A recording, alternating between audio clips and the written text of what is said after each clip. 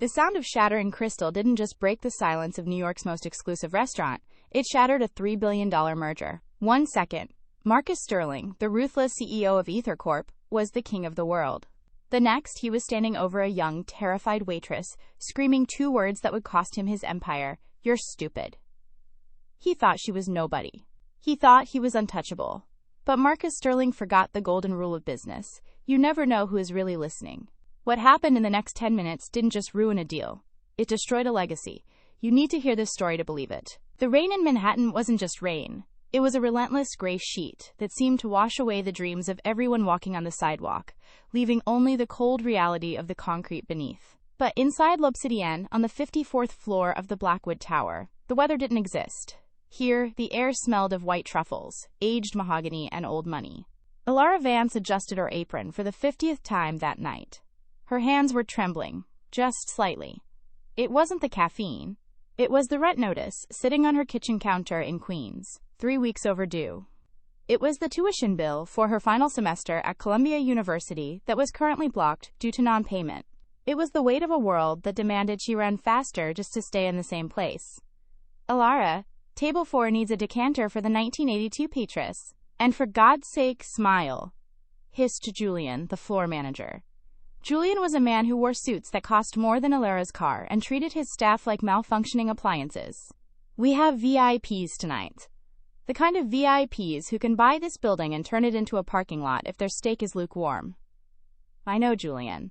I'm on it," Elara said, her voice steady despite the chaos in her mind. She was 23, with eyes that held a tired intelligence. She wasn't just a waitress. She was a double major in international business and ethics, currently top of her class, though nobody at L'Obsidienne knew that. To them, she was just a pair of hands holding a tray. Tonight, the buzz in the kitchen was different. It wasn't just the usual Friday night rush. The staff was whispering about the deal. "I heard it's Marcus Sterling," whispered Sarah, the hostess, as she grabbed a stack of menus. "The CEO of AetherCorp. They say he's closing the acquisition of Helix Systems tonight. $3 billion. Elara froze. Marcus Sterling. The name was legendary, but not for good reasons. In her business ethics classes, Sterling was a case study in ruthlessness. He was known as the Shredder. He bought companies, stripped them of their assets, fired the workforce, and sold the scraps for profit. He was the reason her father had lost his pension 5 years ago when the steel mill in Ohio was liquidated. "He's sitting at the owner's table," Julian barked, snapping his fingers in front of Elara's face. "And Elara, you are the primary server. Do not mess this up. Sterling is particular. If his water glass drops below half full, you're fired. If you make eye contact for too long, you're fired. If you breathe too loudly, consider yourself fired. Do we understand each other?" Elara nodded, swallowing the lump of anxiety in her throat. "Yes, Julian." She walked out onto the floor, the plush carpet silencing her footsteps. The restaurant was a sea of candlelight and hushed conversations, but table 1, the owner's table, sat empty, waiting like a throne. It had the best view of the skyline, overlooking the Empire State Building. Elara checked the place settings. Perfect alignment. Crystal polished to a diamond shine. She didn't know it yet, but this table was about to become the scene of a crime. Not a crime of violence, but a crime of character. And she was about to be the primary witness, the victim, and the executioner. At 8:15 p.m. sharp, the elevator doors slid open with a soft chime. The atmosphere in the restaurant shifted instantly. It was as if the oxygen had been sucked out of the room. Marcus Sterling walked in. He was taller than he looked on the cover of Forbes. He wore a charcoal bespoke suit that fit him like armor. His hair was slicked back, silvering at the temples, and his eyes were cold, scanning the room not for beauty, but for flaws. Flanking him were 2 junior executives, looking terrified and clutching leather portfolios, and a bodyguard who looked like he chewed gravel for breakfast. But the person Sterling was meeting hadn't arrived yet. "Mr. Sterling," Julian said, practically bowing as he rushed forward. "Welcome to L'Obsidienne." "It is the highest honor." Sterling walked right past him, handing his cashmere coat to Julian without looking at him, assuming he was the coat check boy. "My guest. Is he here?" Not yet, sir. Mr. Thorne is late," Sterling snapped. He checked his watch, a Patek Philippe that cost more than Elara's childhood home. "Thorne is late. I hate lateness. It shows a lack of discipline." He marched to table 1 and sat down. The 2 junior executives scrambled to sit opposite him, opening their laptops. "Close those," Sterling hissed. "We are here to eat and sign, not to look like IT support. When Elias Thorne gets here, I want him to see power, not desperation." Elara approached the table, a pitcher of ice water in hand. Her heart was hammering against her ribs. She recognized the face of the man who had ruined her father's life. It took every ounce of her willpower to keep her hand steady. "Good evening, Mr. Sterling," she said, her frio voice professional and soft. "Welcome. Can I start you with?" Sterling didn't look up. He was busy typing on his phone. He held up a hand, silencing her. "Sparkling. Lime. No ice. And bring the wine list. The real wine list, not the one you show tourists."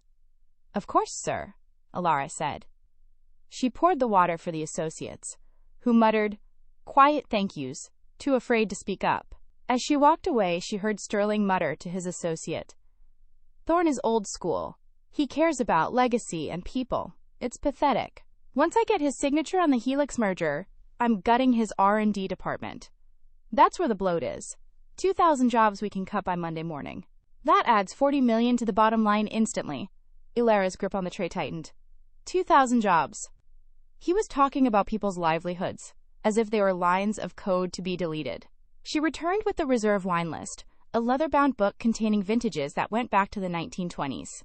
"We have a 1996 Domaine de la Romanée Conti," Elara suggested, knowing it was the pride of the cellar. Sterling finally looked at her.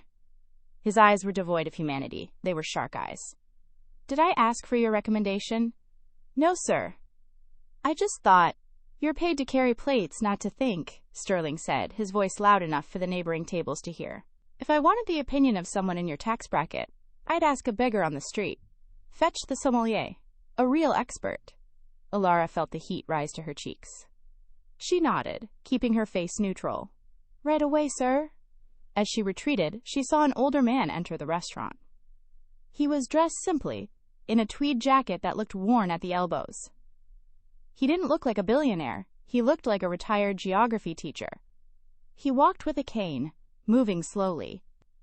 Julian, the manager, looked at the old man with disdain, clearly about to tell him he was in the wrong place, until the old man said, "I'm here for Marcus Sterling."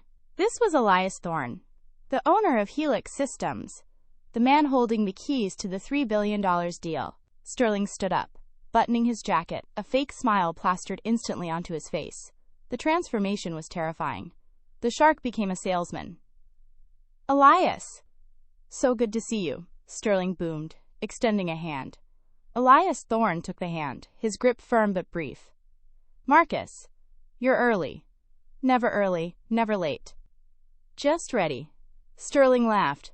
"Please sit. I've ordered the best wine in the house. We have much to celebrate." The dinner progressed with agonizing slowness. Elara served course after course, moving like a ghost.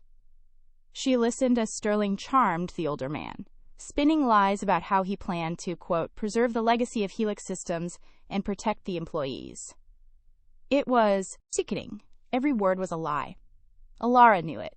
Sterling's associates knew it. By the time the main course arrived, filet mignon with truffle reduction, the tension at the table was palpable. Elias Thorne was asking difficult questions. "My employees are like family, Marcus," Elias said, cutting his steak slowly. "I need your word. No layoffs for at least 5 years. That is the condition of the sale." Sterling didn't blink. "Elias, you have my word. I'm not buying Helix to dismantle it. I'm buying it to grow it." Elara was clearing the appetizer plates. She was reaching for Elias's bread plate when it happened. One of the junior executives, nervous and jittery, knocked his elbow against Elara's arm just as she was lifting a heavy ceramic dish. The dish didn't fall on the floor. It didn't fall on the table. It slid, in slow motion, directly onto Marcus Sterling's lap. A streak of truffle sauce and porcelain landed squarely on the crotch of his $5,000 bespoke suit trousers. The restaurant went silent. The piano player actually stopped playing. For 3 seconds, nobody moved. Elara gasped, her hand flying to her mouth. "Oh my God! Sir, I am so sorry. Sterling stood up so fast, his chair flew backward and crashed onto the floor. "You incompetent idiot!" he roared. The veneer of the charming businessman vanished instantly. The monster was back. He grabbed a cloth napkin and furiously wiped at his pants, his face turning a violent shade of crimson. "Sir, please, let me help. It was an accident." Elara started, reaching for a towel. "Don't touch me," Sterling screamed. He slapped her hand away. "Look what you did. Do you have any idea who I am? Do you have any idea how much this suit costs? It costs more than you make in a year." "Marcus," Elias Thorne said calmly, staying seated. "It was an accident. The boy bumped her." "I don't care." Sterling turned on Elara, towering over her. She shrank back, tears stinging her eyes. "You are stupid." Sterling spat the words out, venom dripping from every syllable. "You are a stupid, clumsy, worthless waitress. This is why you are here, serving food to your betters. Because you lack the brain power to do anything else, you are nothing." Elara trembled. The insult cut deep, not because she believed it, but because of the cruelty behind it. I can pay for the dry cleaning," she whispered. Sterling laughed, a cruel, barking sound. "Dry cleaning? You think this is about dry cleaning? This is about competence, which you clearly lack. Get out of my face. Get your manager. I want you fired, now." Julian, the manager, materialized out of thin air, looking pale and sweating. "Mr. Sterling, I saw everything. I am so sorry. Elara, get to the kitchen, now." "No," Sterling said, holding up a hand. "Not the kitchen. I want her out of the building. I want her gone. If she is still employed at this restaurant in 5 minutes, I am buying this building and evicting this business. Do you hear me?" "Yes, Mr. Sterling. Absolutely." Julian turned to Elara, his eyes pleading and panicked. "Elara, leave. Get your things. You're done." Elara looked at Julian. Then she looked at the junior executive who had bumped her. He was looking down at his lap, too cowardly to speak up. Then she looked at Elias Thorne. The old man was watching her. He wasn't looking at Sterling. He was looking right at her, his blue eyes sharp and assessing. He didn't say a word. Elara straightened her back. She wiped a tear from her cheek. She possessed a dignity that Sterling couldn't buy. "I'm sorry for the accident," she said clearly. "But I am not stupid. And I am not nothing." She placed her tray on the table with a firm thud, untied her apron, and dropped it on the floor. As she turned to walk away, the humiliation burning her skin, she heard Sterling scoff. "Finally, the trash takes itself out. Now, Elias, where were we?" "Ah, yes, the contract." Sterling sat back down, agitated but smug, feeling the rush of power that came from crushing someone beneath his boot. He thought the problem was solved. He thought the waitress was gone. He was wrong. Because Elara Vance didn't just leave the building, she went to the locker room, grabbed her bag, and pulled out her phone. She had recorded the last 5 minutes of the conversation on her voice memo app, a habit she developed to memorize complex orders. But that wasn't the twist. The twist was who was waiting for her in the lobby. As Elara stepped out of the elevator, wiping her eyes, a man in a black suit approached her. It wasn't security. It was Elias Thorne's personal driver. "Miss Vance?" the driver said. "Mr. Thorne would like you to wait. He has not signed the deal yet." Elara looked confused. I was just fired. Mr. Thorne is upstairs." "Mr. Thorne is upstairs," the driver agreed, "but he sent me a text message the moment Mr. Sterling started yelling. He wants you to witness what happens next." Back upstairs, the atmosphere had shifted. Sterling was pouring himself a glass of wine, his hand still shaking with rage. "Apologies for that, Elias," Sterling said, composing himself. "It's hard to find good help these days. People just don't take pride in their work. Now, the papers are ready. Shall we sign?" Elias Thorne looked at the contract on the table. Then he looked at Sterling. "You called her stupid," Elias said softly. "What?" "Oh, the girl." "Yes." "Well, she ruined a $5,000 suit." "You called her stupid," Elias repeated. "And you said you would fire 2,000 of my employees the moment the ink is dry." Sterling froze. The wineglass stopped halfway to his mouth. I never said that. Elias reached into his jacket pocket and pulled out a hearing aid. He placed it on the table. I turned this down when I came in because the music was loud, Elias said. But I didn't turn it off. And I lip-read very well, Marcus. But more importantly, Elias gestured to the junior executive, the one who had bumped Elara. The young man was shaking. Son, Elias said to the associate, what really happened? The young executive looked at Sterling, who was glaring at him with eyes that promised death. Then he looked at Elias Thorne, the man known for his integrity. I bumped her, sir, the young man whispered. It was my fault. I was nervous. Sterling slammed his fist on the table. Shut up, Jenkins. Elias Thorne stood up slowly. He picked up the contract, the $3 billion merger that would have made Marcus Sterling the most powerful man in the tech industry.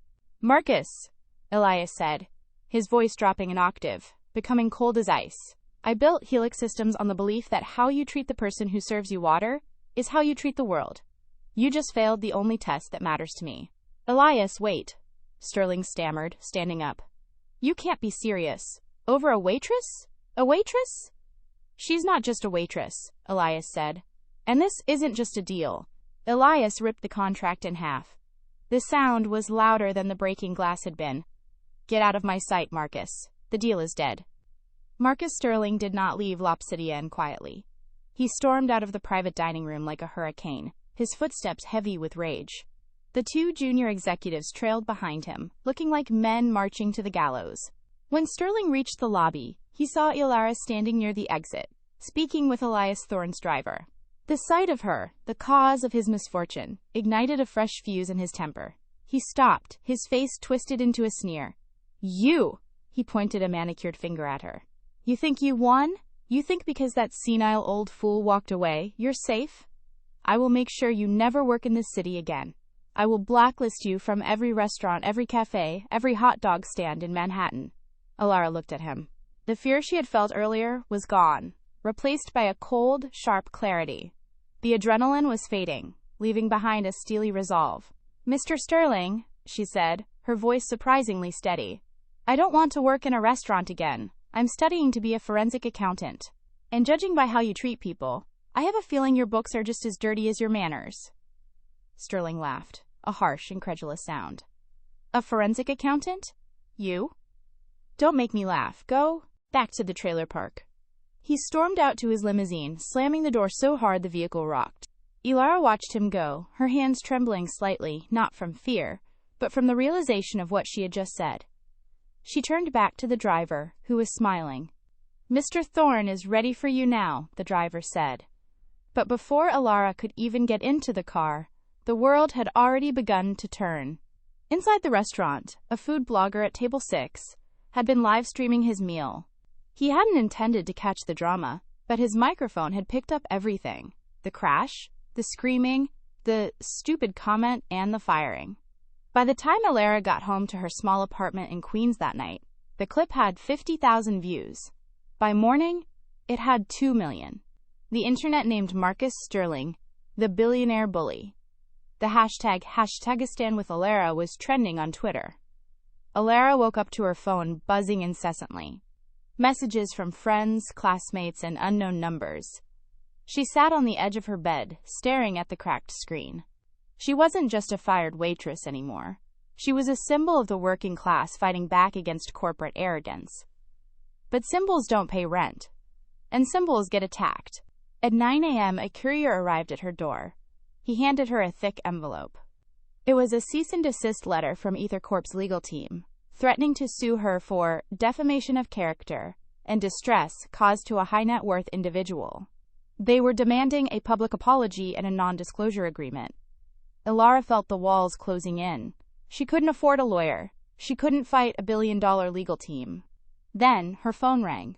The caller ID said, Helix Systems HQ. Miss Vance? A calm female voice spoke. Mr. Thorne would like you to come to his office immediately. Do not speak to the press. Do not sign anything. Just come to us. Elara put on her only blazer, a thrift store find that she had tailored herself, and took the subway to Midtown. She held her head high, clutching the legal threat in her bag. She was walking into the lion's den, but this time, the lion might be on her side. The Helix Systems headquarters was the antithesis of the cold, glass fortress of AetherCorp. It was warm, open, and filled with natural light. People looked happy. Elara was ushered to the top floor, into an office that looked more like a library than a boardroom. Elias Thorne sat behind a modest wooden desk, reading a newspaper. "Elara," he said, standing up without his cane this time. "Thank you for coming. Coffee?" "Water is fine, sir," she said. "Please call me Elias, and sit." He pushed a folder across the desk. It was the lawsuit from Sterling. "I assume you received one of these this morning?" Elias asked. "Yes," Elara admitted. "I don't have the money to fight it." "You won't have to," Elias said. "My legal team is already handling it. It's a frivolous intimidation tactic. But that's not why I asked you here." Elias leaned back, studying her. "Last night you told Sterling you were studying forensic accounting. Is that true?" "Yes, sir. I'm a senior at Columbia. I have a 4.0 GPA. My thesis is on unethical revenue recognition in tech conglomerates." Elias raised an eyebrow. "Impressive. You know, when Sterling called you stupid, I saw something in your eyes. It wasn't vacancy, it was calculation. You were analyzing the room. You were analyzing him. He's a narcissist with impulse control issues," Elara said, slipping into her academic persona. "He devalues anyone he views as a utility. That makes him dangerous, but it also makes him predictable. He underestimates his opponents because he can't imagine them having interior lives." Elias smiled. "Exactly. And right now, he is underestimating you. He thinks you are a waitress he can crush. I think you are the weapon I need to save my company." "Save your company?" Elara asked. "But the deal is off. You tore up the contract." "I did?" Elias sighed, his face looking suddenly older. "But Sterling doesn't take no for an answer. This morning, AetherCorp launched a hostile takeover bid. They are bypassing me and going straight to my shareholders. They are offering a premium price. If my board votes to sell, I lose Helix. And Sterling will gut it. He will fire the 2,000 people I promised to protect." Elara felt a chill. The stakes were real. This wasn't just about a spilled sauce anymore. "What can I do?" she asked. "Sterling's offer is funded by debt," Elias explained. "He's leveraging AetherCorp to buy Helix, but the numbers don't add up. His stock price is high, but his cash flow is odd. I've always suspected he's cooking the books to inflate his valuation, but I've never been able to prove it. My analysts are too traditional. They look where they're supposed to look." Elias leaned forward. "I want to hire you, not as a waitress, as a junior analyst. I want you to look at AetherCorp's public filings with that forensic eye of yours. Find the crack in the armor. Find the lie. If we can prove his stock is overvalued, the banks will pull his funding, and the hostile takeover fails." Elara stared at him. "You want me to take down a billionaire in how long?" "The shareholder vote is in 72 hours, Elias said. "The salary is $80,000 a year, plus full tuition reimbursement for your final semester, and a signing bonus that covers your parents' rent for the next year." Elara didn't hesitate. She thought of her father's lost pension. She thought of the stupid comment, "Where do I start?" The conference room on the 40th floor of Helix Systems had been transformed into a bunker. They called it the War Room, but at 3 a.m. on a Tuesday, it felt more like a mausoleum for lost causes. The air was thick with the smell of stale espresso and the hum of overheating server racks. Every surface, the mahogany table, the floor, the window ledges, was buried under mountains of paper. Quarterly reports, 10K filings, proxy statements, and shipping manifests formed white drifts of snow against the dark carpet. Elara Vance sat in the center of the chaos. She had been awake for 38 hours straight. Her eyes felt like they were filled with sand. Her blazer, the one she had tailored herself with such pride, was draped over the back of her chair. Her sleeves were rolled up, revealing forearms smudged with ink. She wasn't just reading. She was hunting. But the prey was elusive. Marcus Sterling didn't become a billionaire by being sloppy. His books were immaculate. They were audited by top-tier firms, signed off by legendary CFOs, and polished to a blinding sheen. On the surface, AetherCorp was a golden goose. Revenue was up 18% year over year. EBITDA was solid. Cash flow seemed healthy.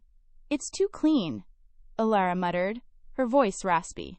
She highlighted a line on page 402 of the 2021 annual report. It's too perfect. Elias Thorne was sitting on a leather sofa in the corner, looking older than Elara had ever seen him. He was watching the muted TV on the wall. The news ticker at the bottom of the screen read, AETHERCORP, takeover imminent.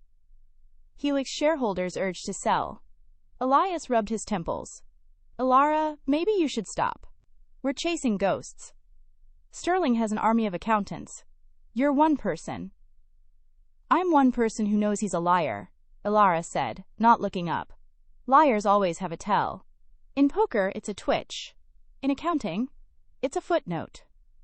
She took a sip of lukewarm water and forced her brain to focus. She wasn't looking for the big numbers, the billions in revenue. Those were always fake, or at least massaged. She was looking for the boring stuff, the debris. Her phone buzzed on the table.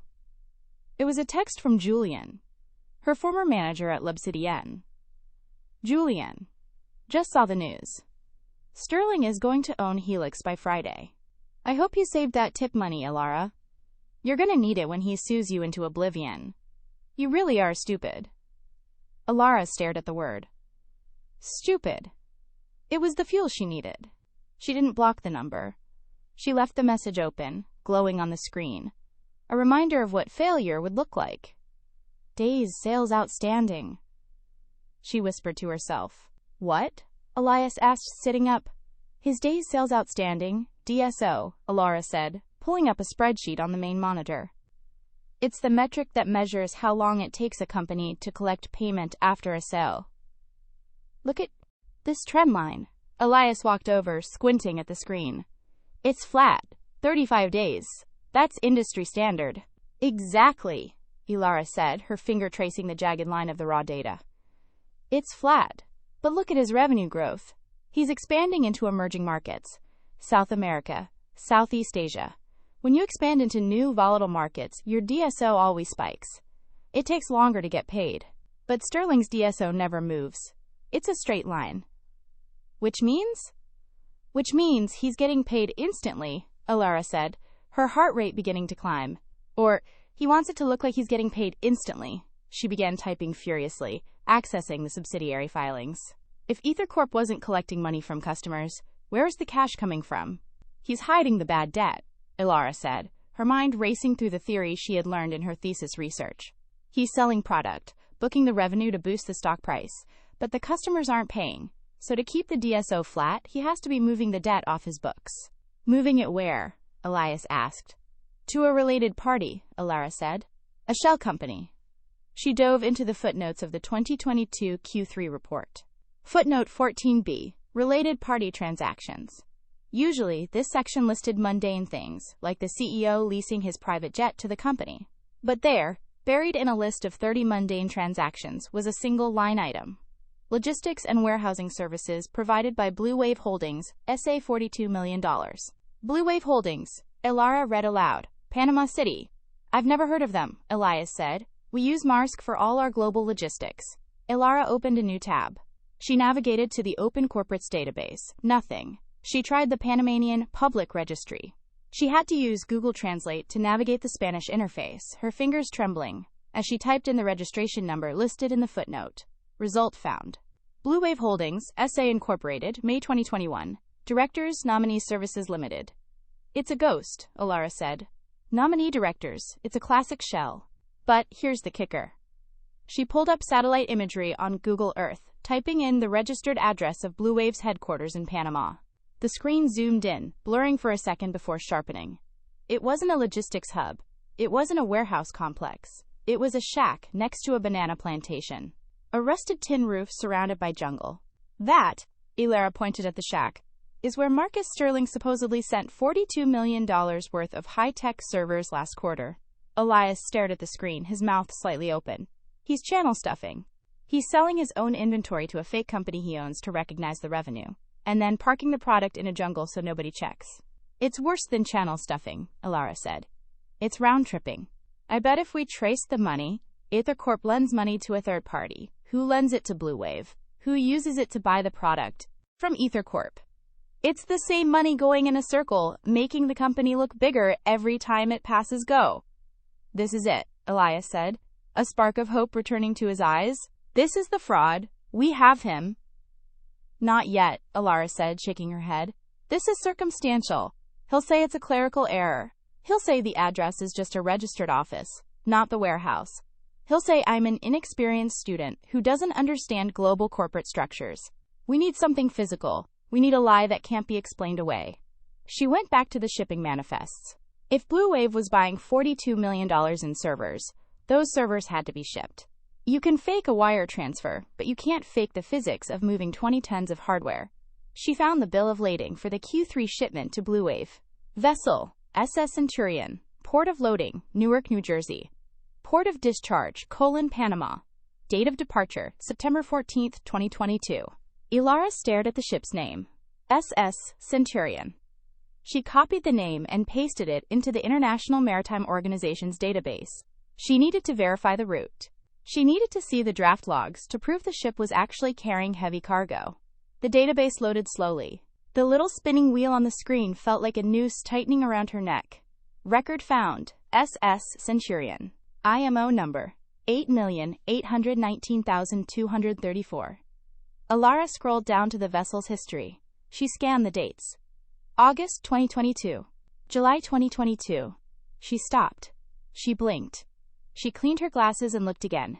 The final entry in the ship's log wasn't a voyage to Panama. Status: decommissioned. Date: June 12, 2022. Location: Alang Shipbreaking Yard, India. Elara felt a chill run down her spine that had nothing to do with the office air conditioning. Elias, she said, her voice barely a whisper. What is it?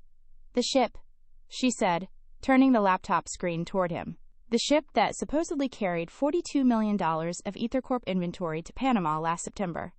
She pointed to the photo on the maritime site. It showed a rusted hulk of a tanker being torn apart by workers with blowtorches on a muddy beach in India. The photo was dated 3 months before the alleged shipment took place. The ship didn't exist, Elara said, her voice gaining strength, ringing with the absolute certainty of math and fact. It was scrap metal on a beach in India when Sterling claimed it was leaving Newark. The shipment never happened. The inventory never moved. The sales are 100% fake. Elias Thorne stood up. He walked to the window and looked out at the New York skyline, where AetherCorp's tower dominated the view, its logo glowing arrogantly in the night. For a long moment, silence reigned in the war room. Then, Elias turned back. He looked at the stack of papers, the empty coffee cups, and finally, at the young woman in the thrift store blazer who had just done what Wall Street's finest analysts couldn't do. He called you stupid, Elias said softly. Elara closed the laptop with a definitive snap. She picked up her phone and looked at Julian's text message one last time. He made a miscalculation, Elara replied, a cold smile touching her lips. He forgot to check the shipping forecast. Elias grabbed his coat. The despair was gone, replaced by the sharp, dangerous energy of a man holding a royal flush. Print it, Elias commanded. Print everything. Make 5 copies, 1 for the board, 1 for the SEC, 1 for the DOJ, and 1 for Marcus Sterling. And the 5th? Elara asked, hitting the print command. The 5th is for you, Elias said. Frame it. It's the receipt for the most expensive meal Marcus Sterling ever ate. The printer whirred to life, the sound rhythmic and loud in the quiet room. It sounded like a drum beat. It sounded like war. Elara watched the pages slide out, one by one. Each sheet was a nail in the coffin of a tyrant. She wasn't tired anymore. She was ready. Let's go to the meeting, Elara said. The boardroom on the 50th floor of the Helix Systems Tower was designed to intimidate. It was a suspended cage of glass and steel, offering a panoramic view of Manhattan that served as a constant reminder of the stakes involved. But at 8 a.m. on the day of the vote, the view offered no comfort. The room felt like a pressurized cabin moments before a crash. The 20 members of the Helix Board of Directors sat around the oval mahogany table in a grim silence. They were tired, beaten men and women who had spent the last week watching their stock price fluctuate under the pressure of AetherCorp's hostile bid. They had fiduciary duties. They had panic in their eyes. At the head of the table sat Elias Thorne. He looked remarkably calm for a man about to lose his life's work. To his right sat a young woman in a sharp, navy blue suit. Her hair was pulled back in a severe professional bun, and she wore a pair of thick-rimmed glasses. Most of the board members assumed she was a paralegal or a junior associate from Elias's legal team. They barely spared her a glance. At 8:05 a.m., the double doors swung open. Marcus Sterling did not walk into a room. He invaded it. He was flanked by his entourage, his general counsel, his CFO, and the two junior executives who still looked traumatized from the dinner service 3 nights ago. Sterling looked radiant. He was wearing a fresh suit, likely Italian, likely costing more than a mid-sized sedan. He radiated the specific, high-octane arrogance of a predator who has already tasted blood. "Gentlemen, ladies," Sterling boomed, his voice filling the acoustic space. He didn't sit. He stood at the opposite end of the table, placing his knuckles on the wood, leaning in like a titan. "I trust we are ready to dispense with the formalities. The market opens in 90 minutes. I want the press release announcing the acquisition to go out at the opening bell." One of the Helix board members, a nervous man named Mr. Henderson, cleared his throat. "Mr. Sterling, the offer is generous, but we are concerned about the rumors of massive layoffs regarding our R&D department." Sterling smiled, a shark showing its teeth. "Efficiencies, Mr. Henderson. Synergies. We are trimming the fat to save the muscle. Now, do we have the signatures? I have a lunch reservation at Per Se that I'd hate to miss." His eyes scanned the room, landing on Elias Thorne. Then, they slid to the right and stopped. Sterling blinked. He squinted. Then, a look of incredulous amusement washed over his face. He let out a short, barking laugh. "Elias," Sterling chuckled, shaking his head. "I know things are tough, but did we really need to bring the catering staff into the meeting? I specifically asked for sparkling water, sweetheart, and maybe some coffee for my lawyers." The room went dead silent. The Helix board members looked confused, glancing between Sterling and the young woman. Elara Vance didn't flinch. She didn't blush. She didn't look down. She sat with her hands folded on top of a thick, red folder, staring directly into Marcus Sterling's eyes. "This is Elara Vance," Elias said, his voice low and steady, cutting through the tension like a diamond cutter. "She is not here to serve you coffee, Marcus. She is here as my special financial advisor for this transaction." Sterling stared for a moment, then burst into genuine laughter. "The waitress? You hired the waitress who spilled sauce on my pants to advise you on a $3 billion merger? Elias, you finally lost it. This is pathetic. This is grounds for a competency hearing." He turned to his lawyers. "Draft a motion. The CEO is clearly senile." "Sit down, Marcus," Elias said. It wasn't a request. It was a command. "I will not sit down," Sterling roared, his face flushing red. "I am buying this company. I own you. And I want that girl out of this room before I have security throw her out." "Mr. Sterling?" Elara spoke. Her voice was not loud, but it possessed a timbre of authority that stopped Sterling mid-sentence. It was the voice of someone who knew the answer to a question everyone else was afraid to ask. "I suggest you take a seat," Elara continued, standing up and smoothing her blazer. "Because if you walk out that door now, you will be arrested in the lobby.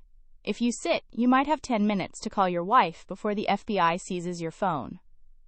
The silence that followed was absolute. Even the air conditioning seemed to stop humming. Sterling's sneer faltered, replaced by a flicker of confusion. "Excuse me?" Elara walked to the podium at the front of the room and connected her laptop to the main projector. A massive spreadsheet appeared on the smart screen behind her. It was a complex web of numbers, arrows, and highlighted cells. "You claim AetherCorp has the liquidity to purchase Helix for $3 billion, Elara began, addressing the board of directors, ignoring Sterling entirely. "You claim your revenue has grown 18% consistently for the last 8 quarters. You claim your balance sheet is a fortress." She clicked a remote. The screen changed to a document header. Form 10Q, AetherCorp, Q3 2022. "But math," Elara said, "is a language that doesn't lie. People lie. Math doesn't." "This is preposterous." Sterling's general counsel stood up, his face pale. "This is proprietary financial data. You have no right." "It's public record," Elara shot back, her voice whipping like a lash. "It's in your footnotes. Footnote 14B. Related party transactions. Mr. Sterling, can you explain to this board who Blue Wave Holdings SA is? Sterling froze. The color drained from his face so fast it looked like a physical blow. He gripped the back of his leather chair. They are a logistics partner, a third-party vendor. A third-party vendor, Elara repeated. She clicked the remote. The screen displayed a satellite image. A rusted tin shack in the middle of the Panamanian jungle. A goat was visible tied to a post near the door. This is the headquarters of Blue Wave Holdings, Elara narrated, her voice cold. According to your filings, you sold $42 million worth of servers to this shack last quarter. You booked that $42 million as revenue. You used that revenue to inflate your stock price. You used that inflated stock price to secure the loans to buy this company. A gasp rippled through the Helix board. Mr. Henderson stood up. Is this true? It's a holding company, Sterling shouted, sweat beginning to bead on his forehead. It's a tax structure! You don't understand global finance, you stupid girl. I understand that you are channel stuffing, Elara said, relentless. You are selling inventory to yourself to fake growth. But that's just accounting fraud. That gets you a fine. She paused. She looked at Elias. Elias nodded. Elara turned back to Sterling. What sends you to prison, Mr. Sterling, is the wire fraud. And the bank fraud. She clicked the remote one last time. The screen filled with a scanned document, a bill of lading, and next to it a photo from a maritime industry newsletter. To recognize that revenue, you had to prove you shipped the product, Elara explained, walking towards Sterling. She stopped 5 feet away from him. You submitted a manifest claiming the goods were transported on the SS Centurion on September 14th. She pointed to the photo on the screen. It showed a massive cargo ship being torn apart by cranes on a muddy beach. This photo was taken in Alang, India in June, Elara said, 3 months before your shipment. The SS Centurion didn't ship your servers, Mr. Sterling. The SS Centurion was being turned into razor blades and rebar when you claimed it was crossing the Atlantic. Elara slammed the red folder onto the table. The sound cracked like a gunshot. The ship is a ghost. The cargo is a ghost. The money is fake. And AetherCorp isn't a tech giant. It's a Ponzi scheme. The room erupted. The Helix board members were shouting over each other. Sterling's CFO was frantically typing on his BlackBerry, looking like he was about to vomit. Sterling stood paralyzed. His mouth opened and closed, but no words came out. The invincible titan was gone. In his place stood a terrified man in an expensive suit, watching his empire turn to ash. You! Sterling stammered, pointing a shaking finger at Elara. You're just a waitress. You're a nobody. I'm the nobody who just audited you, Elara said calmly. Elias Thorne stood up. He picked up the acquisition contract, the one Sterling had been so desperate for him to sign. Marcus, Elias said. 10 minutes ago, Elara sent this packet to the SEC Enforcement Division and the Department of Justice. Elias checked his watch. If you check your phone, I believe your stock is currently being halted on the NYSE pending an investigation. Sterling scrambled for his phone. He tapped the screen. His eyes bulged. AETHERCORP. AET. Trading halted. News pending. No, Sterling whispered. No. The deal is dead, Marcus, Elias said. And so is your company. Sterling looked up. His eyes were wild, desperate. He lunged toward Elara. You ruined me, you little witch. I'll kill you. The 2 junior executives jumped up, holding Sterling back as he flailed, screaming obscenities. The veneer of civilization had completely cracked. He wasn't a CEO anymore. He was a cornered animal. You're stupid, he screamed at her, foam gathering at the corners of his mouth. You're stupid. You're nothing. Elara didn't flinch. She watched him struggle, watched the man who had treated her like furniture unravel completely. She walked over to the sideboard where a silver pitcher of water sat. She poured a glass of sparkling water. She walked back to where Sterling was panting, held back by his own staff. She placed the glass on the table in front of him. Sparkling. No ice, Elara said softly. I believe that's how you like it. Sterling stared at the glass. He stared at her. The realization of his total humiliating defeat hit him. He slumped into the chair, burying his face in his hands. At that moment, the double doors opened again. But this time, it wasn't a businessman who entered. It was 4 officers from the NYPD, followed by 2 agents in FBI windbreakers. Marcus Sterling? The lead agent asked. Sterling didn't answer. He just sobbed. Please stand up and place your hands behind your back, the agent commanded. As they handcuffed the billionaire, the man who had sneered at waiters, who had fired thousands to line his pockets, who had called Elara Vance stupid, the room watched in stunned silence. As they marched him out, Sterling looked back one last time. He looked at Elias Thorne, the man of integrity. And he looked at Elara Vance, the waitress. Elara adjusted her glasses, picked up her laptop, and offered him a small, polite nod. Have a nice day, Mr. Sterling. The doors closed. The silence in the boardroom lingered for a long time. Finally, Mr. Henderson, the board member who had wanted to sell, looked at Elara. He looked at the dossier of evidence she had compiled. Miss Vance, he said, his voice filled with a newfound respect. That was the most impressive financial dismantling I have ever seen. Where on earth did you find her, Elias? Elias Thorne smiled, putting a hand on Elara's shoulder. I found her at L'Obsidienne, Elias said. She was the only person in the room who knew the value of service and the cost of arrogance. Elara looked out the window. The sun was breaking through the clouds, illuminating the skyline. Somewhere down there, in Queens, her parents were waking up, worried about rent. She picked up her phone and sent a text to her dad. Don't worry about the rent. I just got a promotion. She wasn't a waitress anymore. She was the woman who took down a titan. And she was just getting started. In the weeks that followed, the fall of Marcus Sterling was absolute. He was removed as CEO, indicted on 12 counts of fraud, and his personal assets were frozen. The man who thought he could buy the world lost his freedom. But for Elara Vance, life began anew. She didn't just graduate. She became the youngest VP of Ethics and Compliance in Helix Systems history. She paid off her parents' debts and established a scholarship fund for working-class students. She proved that dignity isn't defined by your job title, and intelligence isn't defined by your bank account. Marcus Sterling forgot that the people serving the food are the ones who see everything. He called her stupid, and it cost him $3 billion. So the next time you look down on someone because of their uniform, remember Elara Vance. You never know who you're really talking to. If you enjoyed this story of karma and justice, please smash that like button and subscribe to the channel. Share this video with someone who needs a reminder that the underdog can win. Turn on notifications so you never miss a story.